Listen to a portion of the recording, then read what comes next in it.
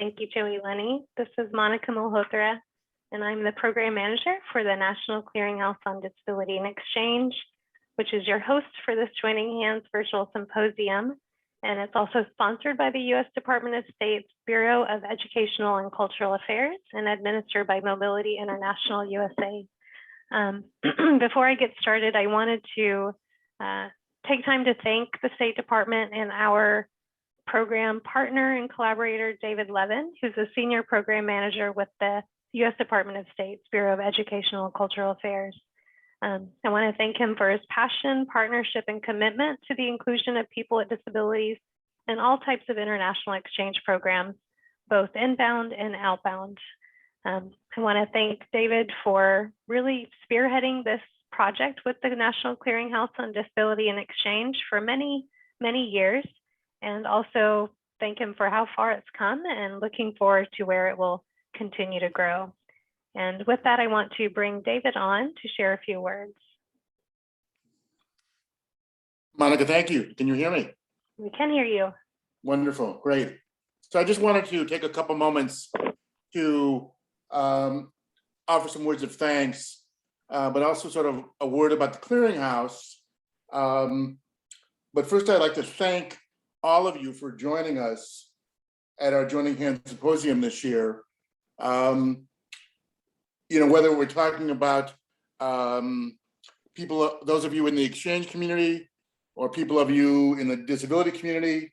I know Monica has more specific numbers for you and where you're coming from, but it's safe to say there are hundreds of participants from all over the world, which we can, I think, attest to the value of technology and Zoom.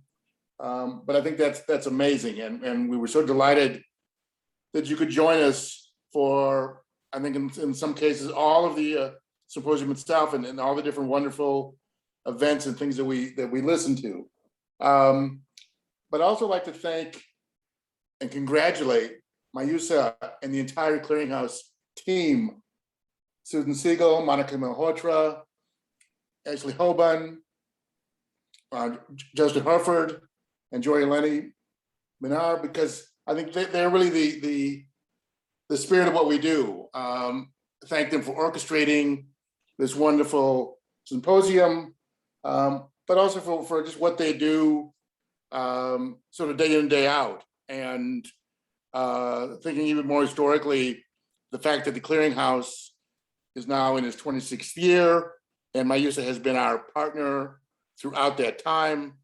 And it really is a wonderful relationship. And I think the results, I call the Clearinghouse sort of a global resource. And I think it truly is that. Thinking a little bit more about the Clearinghouse and its relationship to the Bureau of Education and Cultural Affairs at the State Department. I'm sure many of you know that the Bureau sponsors more than 40 different international exchange programs, more than 350,000 participants each year from the United States and more than 160 countries around the world. And I think the benefit and the impact of those programs and the efforts of those participants, both while they're on their exchange programs and as alumni, is really wonderful and amazingly impactful. And we're really proud of that. But I'd also say that we at the State Department are proud that we can sponsor the Clearinghouse. It's not an exchange program per se. It enables us to be a catalyst and a leverager, promoting disability within international exchange for our own programs, but literally for any other program, anywhere, everywhere. As Assistant Secretary Lusenhop said at the symposium's opening, the NCDE builds bridges of collaboration between the disability community and the exchange community. And I think that Joining Hands Symposium is a special example of that collaboration, of that synergy. Whenever we have an event like this, I come away so enthused about this collaboration. It's sort of a unique relationship, I think, between international exchange and disability. It's a key part of what we're doing to promote diversity and inclusion in general. And as I said, I'm so enthused both by sort of what we've accomplished so far, but what else we can be doing collaboratively. And I hope that you feel that same way as well. And I think the message you'll hear from the Clearinghouse staff in terms of next steps is remain engaged and learn much more about how the Clearinghouse can be helpful to you as an individual, to your organization, to whomever. It's really built on relationships between people, and that's what we're trying to do. So again, thank you very much. And Monica, let me turn this back to you. Thank you, David. And I've definitely appreciate your enthusiasm. I know I felt it for my almost 7 years at the Clearinghouse, and I appreciate that ongoing enthusiasm from the beginning until today. So I want to thank everybody, as David, for joining us these past 2 weeks for the Joining Hands Symposium. I can't believe we've already completed the 2 weeks. It's been an incredible time, and I hope that you've all enjoyed the engaging sessions, the movies, and the music we've organized. The NCD team worked so hard to bring you a program with the goal of bridging both the disability and international exchange communities together in order to ensure more people with disabilities know about the benefits, scholarships, and opportunities of international exchange, and to share recommendations for international educators on how to best recruit, support, and plan for access throughout all exchange programs. Our program included diverse, thoughtful speakers, sessions that were both practical and thought-provoking, and engaging platforms, including our disability community rooms, Disability at the Movies, where everyone shared their virtual movie treat. Popcorn obviously was #1, and a Pathways to Global Careers virtual poster fair, and our 2 music performers, including one who's waiting in the virtual green room right now. And as David mentioned, looking at the numbers, I wanted to take a moment and share more about the representation of the symposium. We had almost 1,000 registrants from over 31 countries. And it was incredible to see that from our last symposium, when people were joining virtual events and Zooms more frequently, because it was kind of new at that time, we still kept that outreach and registrant list still at the very top. We had over 50 incredible presenters and performers from all across the world, including South Korea, Colombia, Mozambique, England, and others. And we had representation across many career sectors, including 35% from education abroad programs and providers, 19% from disability organizations, 9% from US Department of State or other federal agencies, 8% development organizations, and many others, including high schools locally and globally, private sectors, and international student services. So thank you to all who are joining us. We also asked for the first time more about your demographic background, if you wanted to share, with the goal of ensuring we're reaching out to a diverse audience and then knowing what communities were underrepresented so we can do more targeted outreach in the future. With the over 500 respondents to this question, we had 26% who identified as first-generation students, 4% formerly incarcerated, 11% attended a community college, 16% represented the LGBTQI community, 18% low-income student, 57% persons with disabilities, 26% Black, Indigenous, and other people of color, 5% veterans. Intersectionality is very important to us, and through our How Do You Self-Identify questions, we were happy to find that the identities I shared above are not singular. And now I wanted to take time for myself and the team to share some final thoughts and next steps before we bring our musical guest out. Going forward, my hope is that this community will ensure people with disabilities participating in exchange is mainstream. It's not this minority conversation that we're having, and that it's integrated in all sessions, programs from the exchange and disability communities. I encourage organizations to reach out to each other and continue to learn from each other. We had a session on effective outreach to people with disabilities for international exchange that was led by 3 prominent disability organizations sharing their recommendations. All were happy to connect with attendees to continue the conversation. So international educators, start connecting with disability organizations directly to share more about your programs and learn directly from disability organizations and communities about any questions you have for more effective outreach. Throughout the symposium, we heard from many exchange alumni with disabilities, including our panels on the global impact from foreign Fulbright alumni, not just study abroad, the wide world of experiential international exchange, disability and identity abroad, and all 4 of our disability community rooms. People with disabilities want to participate in international exchange. Many people with disabilities do not know about the opportunities, the experience of others, scholarship opportunities, and about the resources and services provided by the National Clearinghouse on Disability and Exchange. For disability organizations, we want you to promote exchange in all of your media, events, and materials.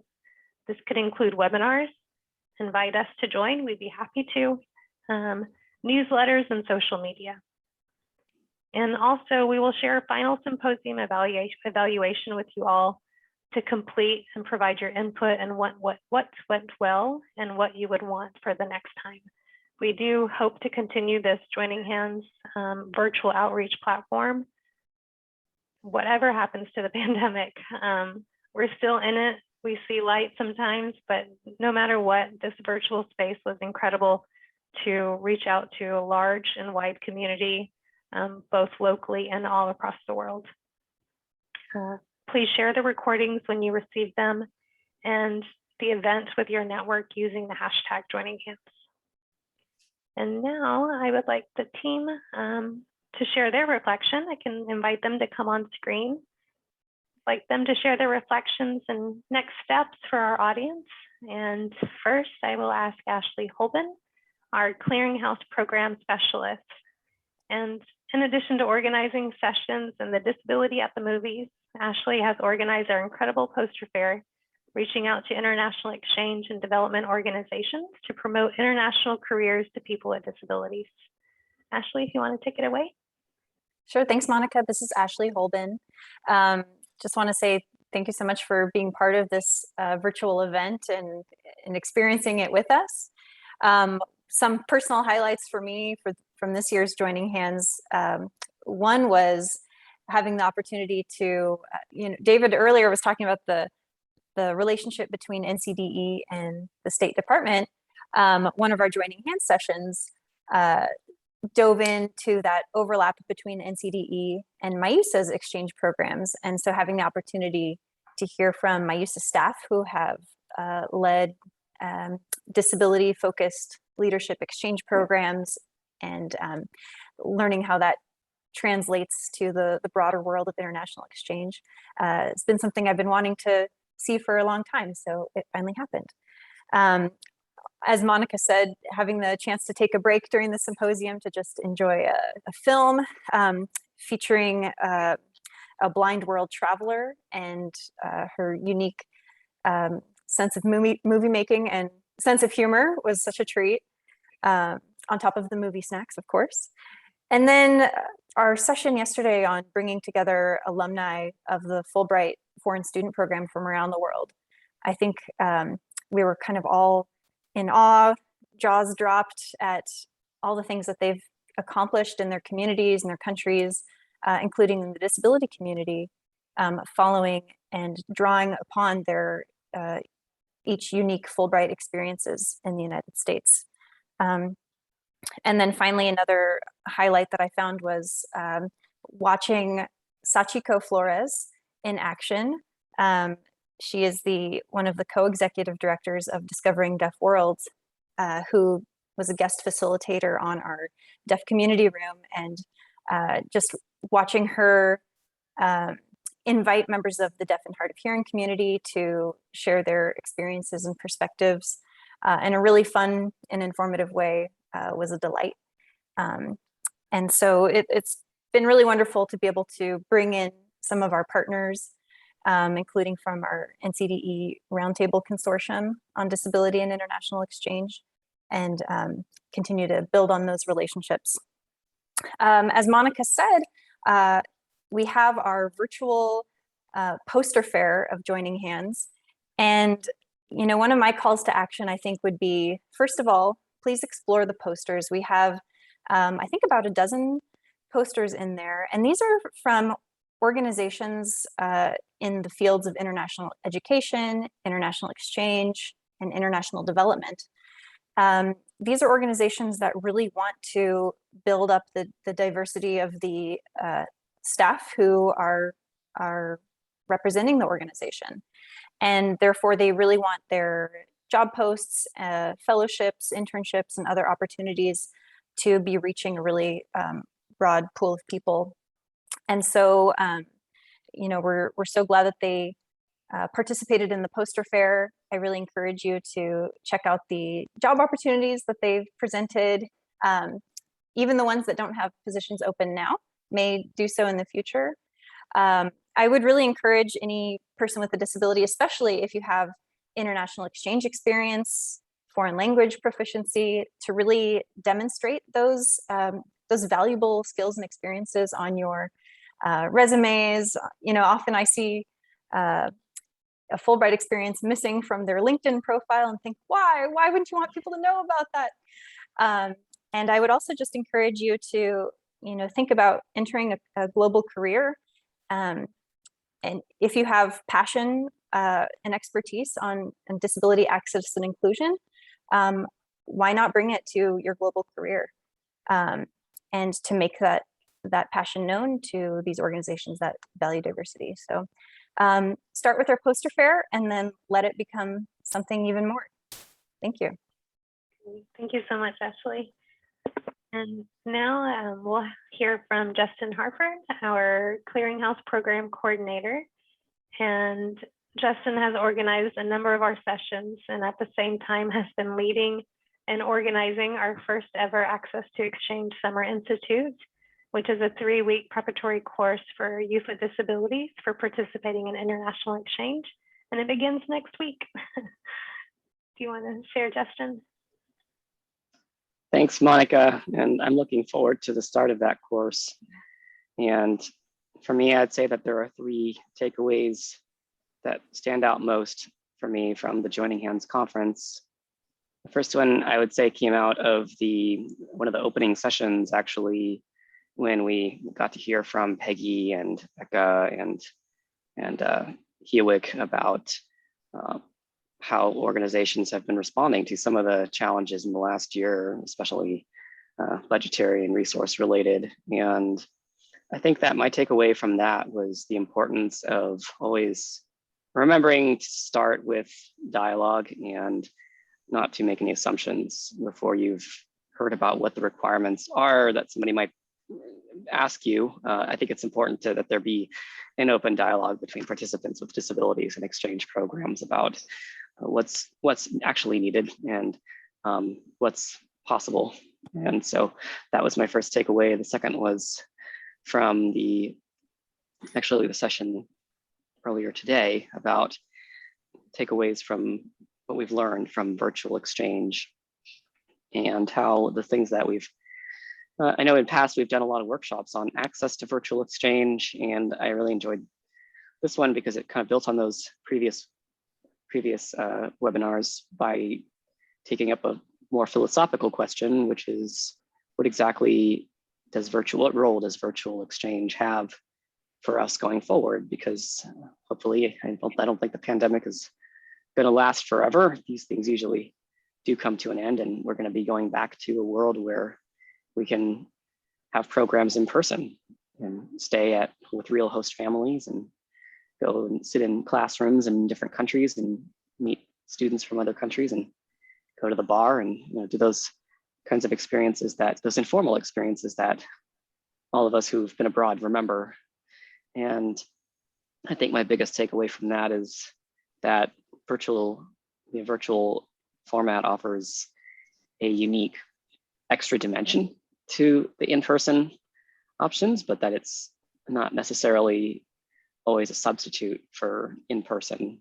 And while there can be aspects about it that are more accessible, that make it easier to access programs for those of us with limited mobility or limited funds or other considerations, such as being single parents, there are also, it's important to not lose sight of the fact that like one of the great things that you get from an international program is it's from all of those informal interactions that make you really process the difference between other places in the world and where you're from. And it's through those informal interactions that you kind of really get a sense of where you fit in this larger mosaic.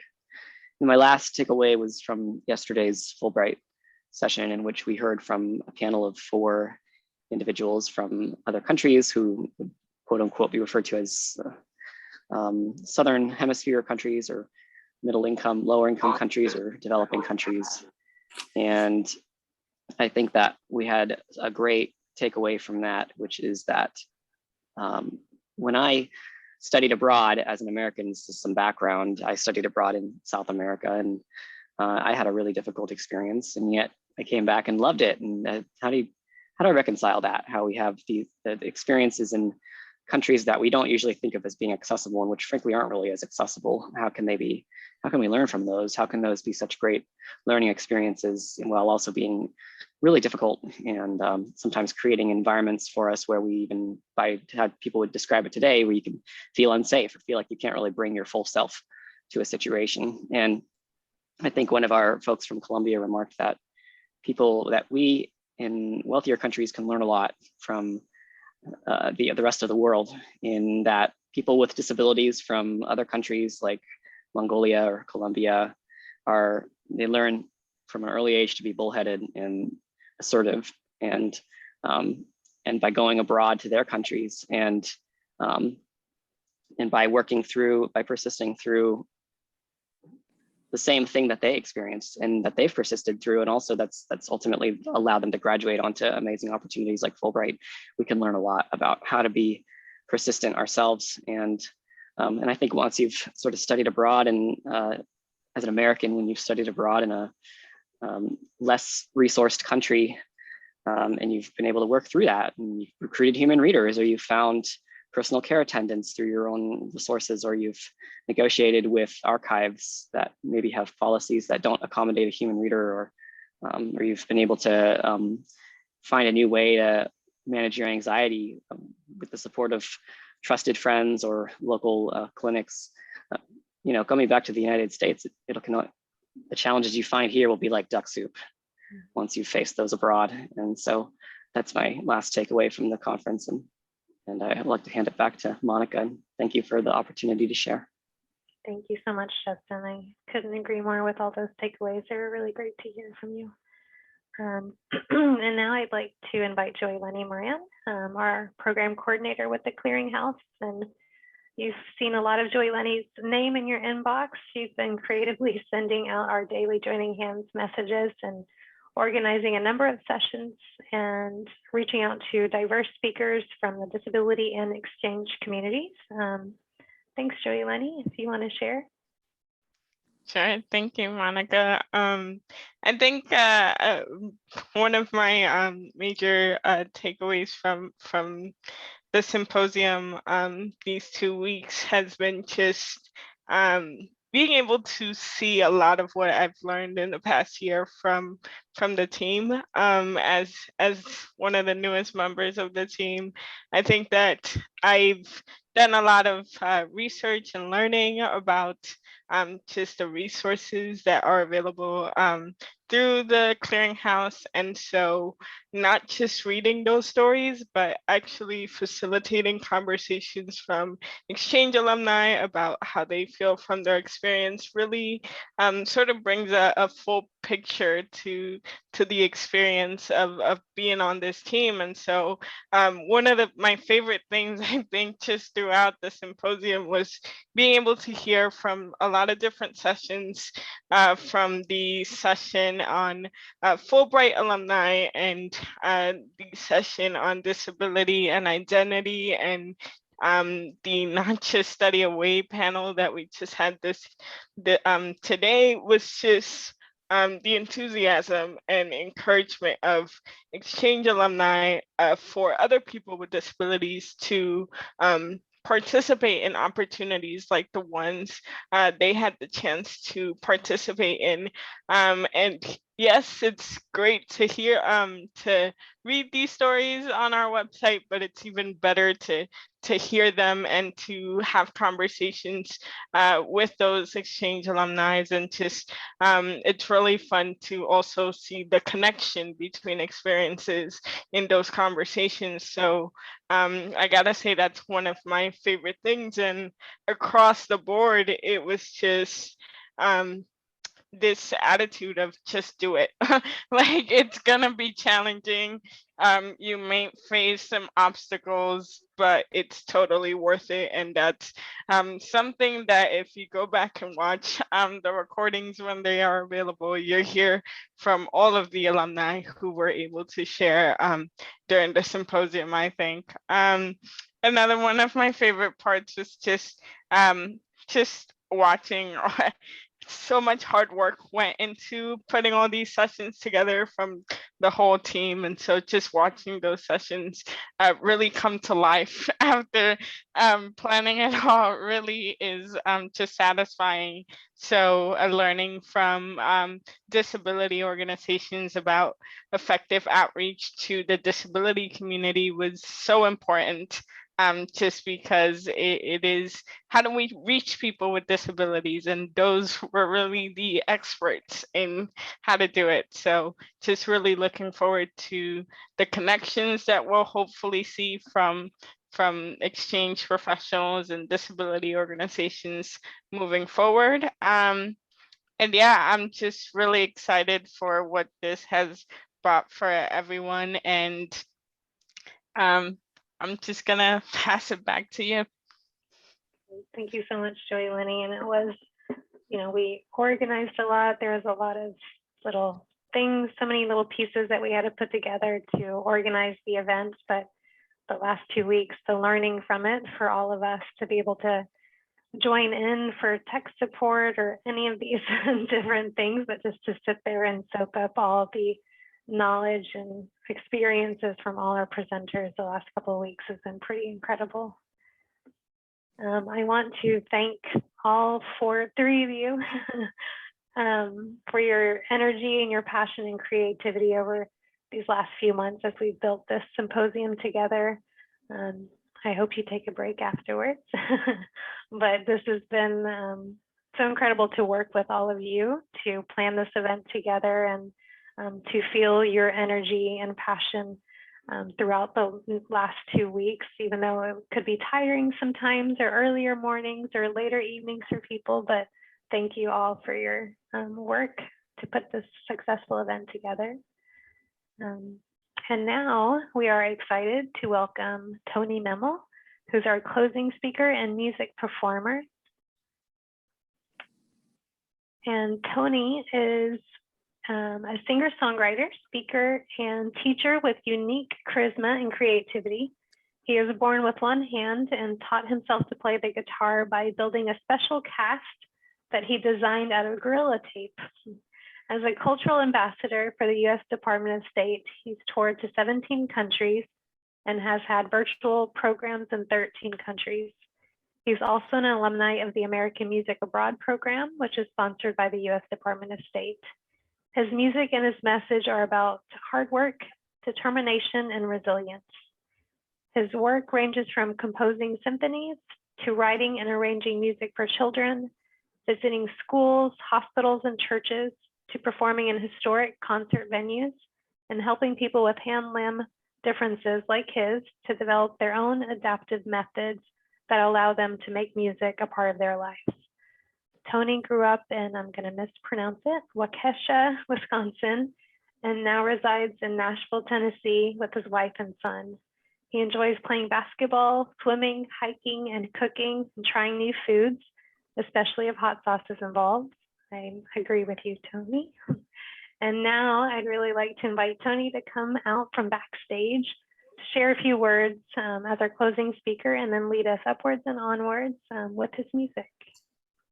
Well, thank you so much for those kind words, and it's so great to be here at the Joining Hands Symposium. Finally, we've been talking about this for a long time. I want to, before I get into my brief story and a little bit of music today, I just want to say thank you very much to Monica, to the Department of State, to Mobility International, and Joining Hands, to everybody attending today for this opportunity to speak a little bit, to share a little bit about my story, and to make some music. So as Monica just said in those kind opening remarks, I am a singer, a songwriter, a speaker, and a teacher. I live in Nashville, Tennessee, in the United States of America.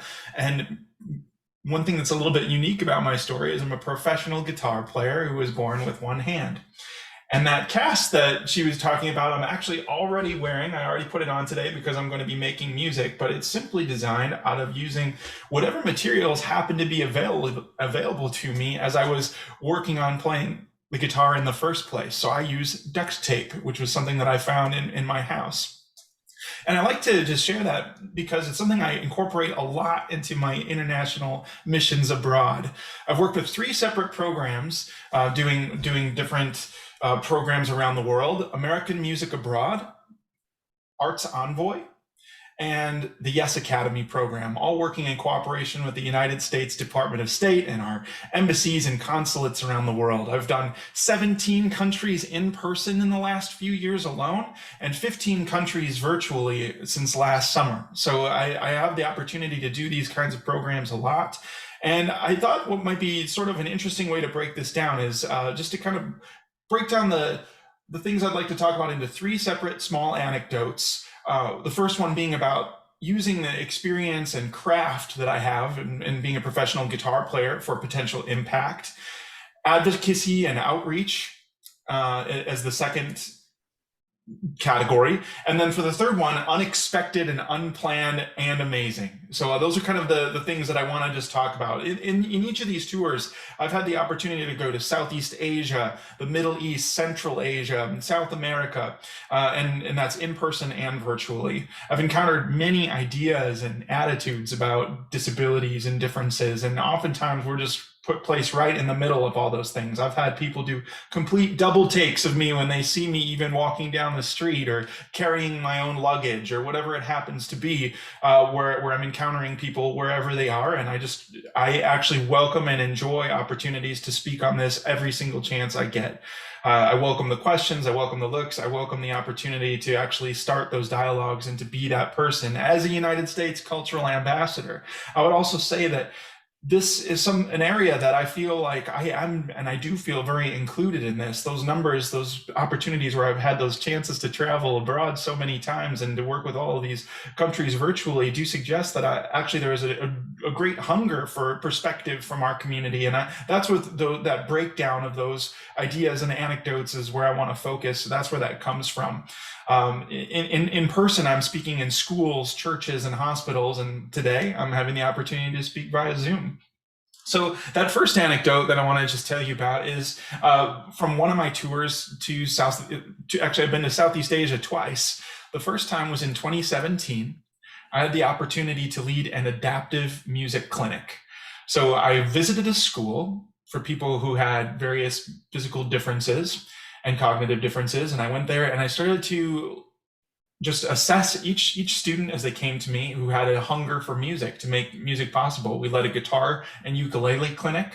And one of the students that came to me was a wheelchair user who had limited use of his hands. And so one of the things that I did in this opportunity to use my craft and experience for impact is all of those years of casts and ideas and devices that I built from whatever I could find around my house, like tape and glue and string and socks and paper clips. Everything that I thought might make a cast are now tools that I use all around the world into helping people to design casts of their own. So in this circumstance, this person wanted to learn to play the guitar. And what we did is we fashioned a clamp that held a guitar on a desk that was at about hand level, and fashioned a common ruler that you might use in school to be a guitar pick that could strum back and forth across the strings. And that was held in place because of some limited grip strength by a simple winter glove, which I don't even know why we had that in Singapore, but we did because it's very hot there. But this student was able to, by the end of that class period, be making his first sounds on the guitar by playing in front of him, something he had hoped to do his whole life. And what was unique about this opportunity in Singapore is I was actually invited back there in 2019 as sort of a revisit because of how strong the program had been in 2017. And I got to go back to that school.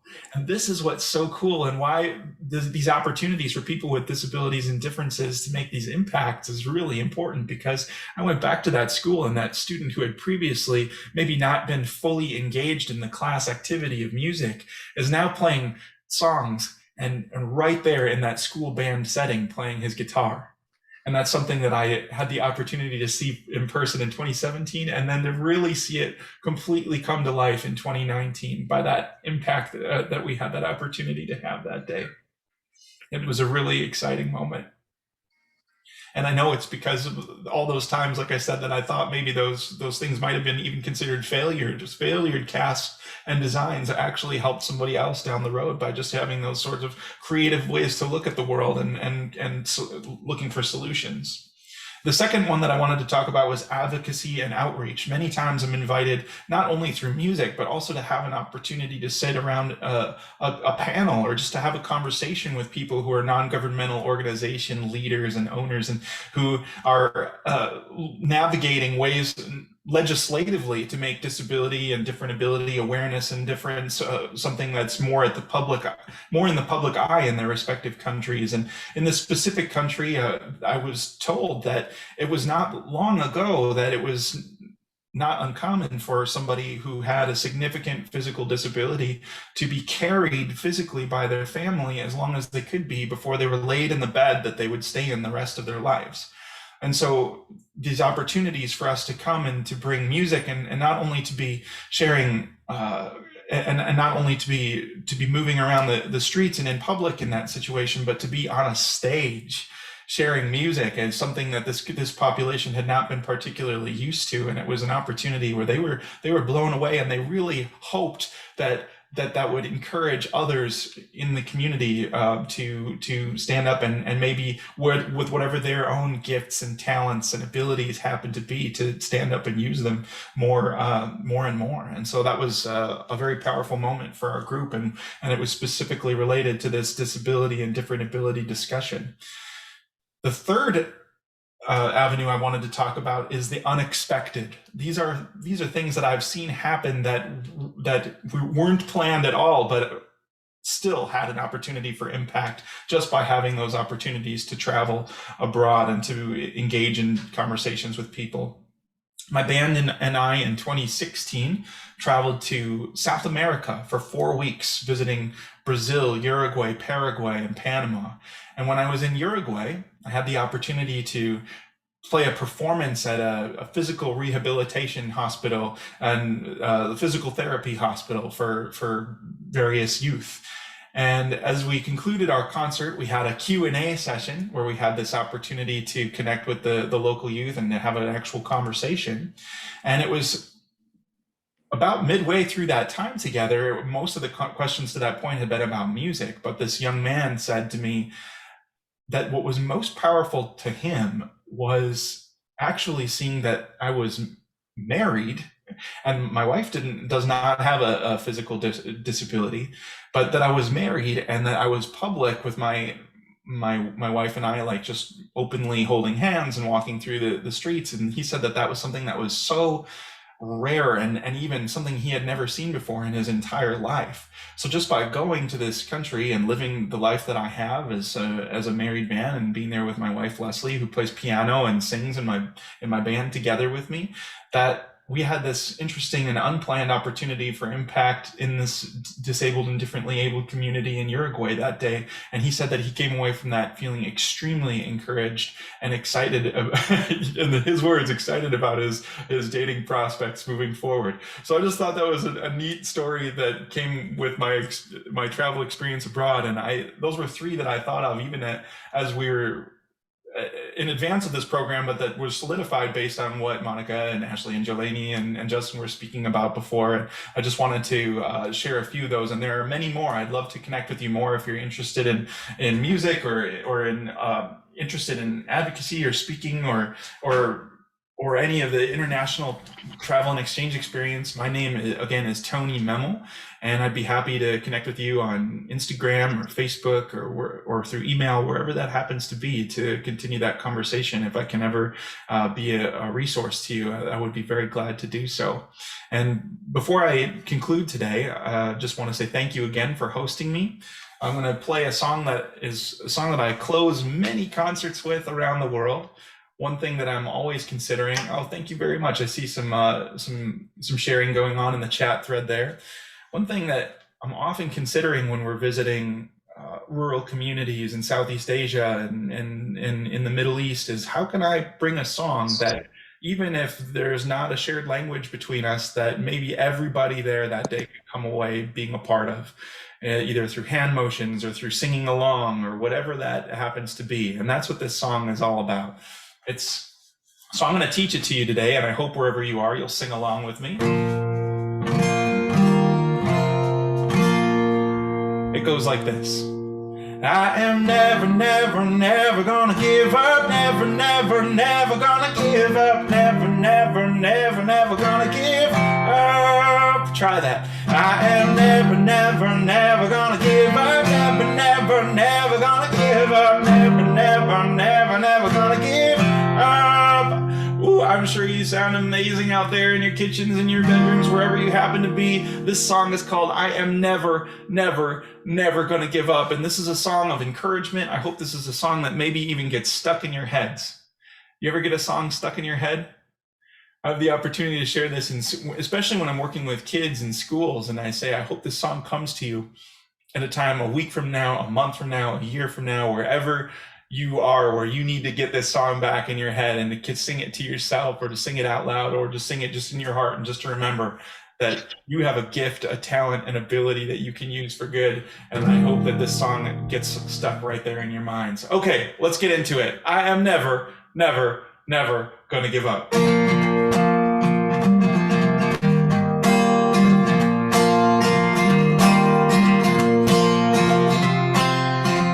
In their heart there lives a call to a longer heart, a dream that demands your heart.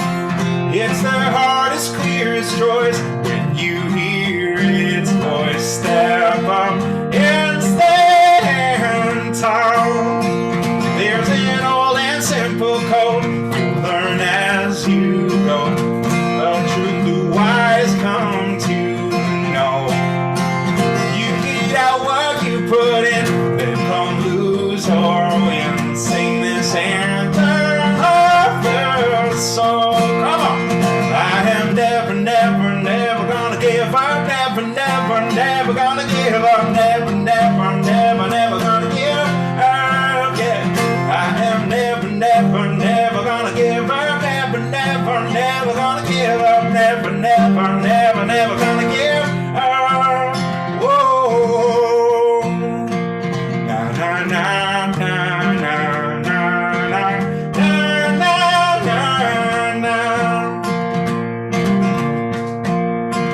Whoa, on your harder days, when the trail you blaze is feeling more like a maze, there's a pathway, there's a way up the highest hill. Sing this anthem, keep the faith. I am never, never, never gonna give up. Never, never, never gonna give up. Never, never, never, never gonna give up. Yeah. I am never, never, never gonna give up. Never, never.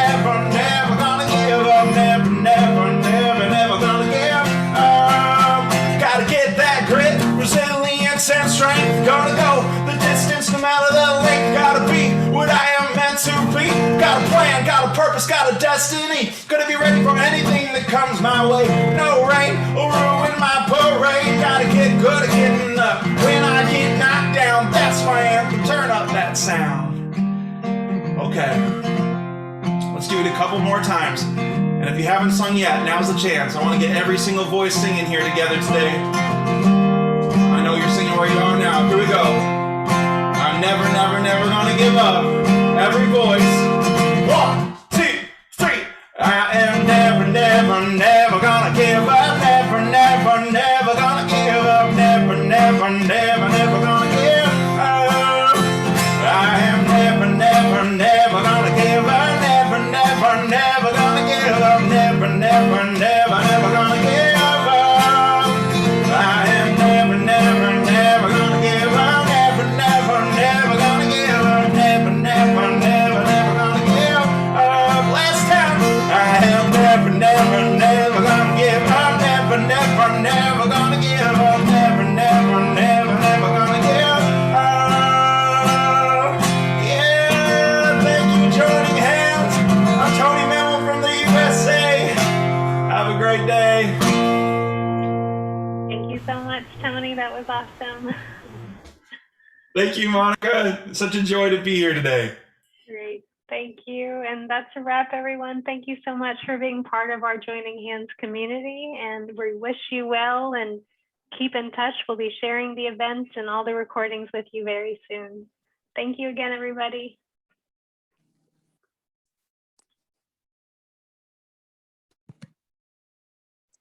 That was